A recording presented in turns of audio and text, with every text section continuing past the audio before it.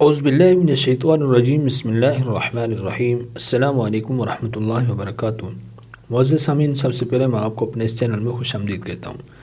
سامعین، آج کی اس ویڈیو میں ہم انشاءاللہ اخفاء کے بارے میں پڑھیں گے کہ اخفاء کیا چیز ہے۔ سامعین، اگر آپ میں سے کوئی بھی شخص ہم سے آن لائن قرآن مجید پڑھنا چاہے تو ہمارا نمبر سکرین پر موجود ہے، آپ اس نمبر پہ رابطہ کر سکتے ہیں۔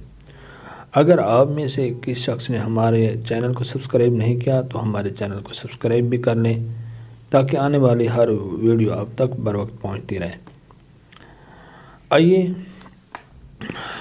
سبق شروع کرتے ہیں۔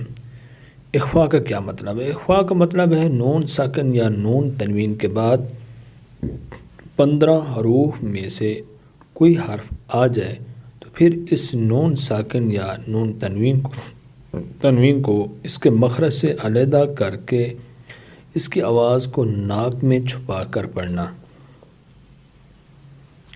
دوبارہ سنیے، اخفاء کا مطلب ہے نون ساکن یا نون تنوین، کیونکہ یہ نون ساکن یا نون کے تنوین کے قواعد پڑھ رہے ہیں، ان قواعد میں سے چوتھا قاعدہ اخفاء ہے۔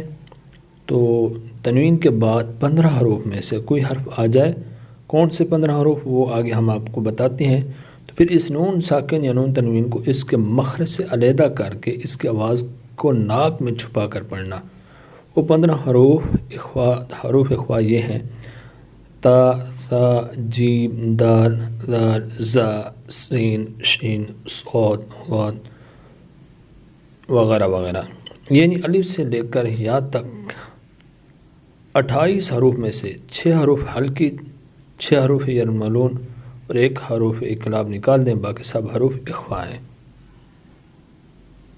کیسے پڑھنا ہے؟ جیسے ان الذین،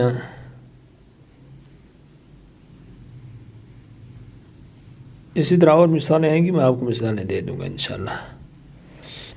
نوٹ: نون کا مخرج کنارہ زبان اور تالو ہے، کنارہ زبان اور تالو ہے۔ اخفاء میں زبان کسی جگہ ٹچ نہیں ہوتی بلکہ آواز ناک سے نکلتی ہے۔ جی معزز سامعین، امید کرتا ہوں کہ آپ کو یہ سمجھ آ گیا ہوگا اخفاء کے بارے میں۔ اگر کس چیز کے بارے میں آپ نے پوچھنا ہو تو ہمارا نمبر سکرین پر موجود ہے، آپ اس نمبر پہ رابطہ کر سکتے ہیں۔ السلام علیکم ورحمۃ اللہ وبرکاتہ۔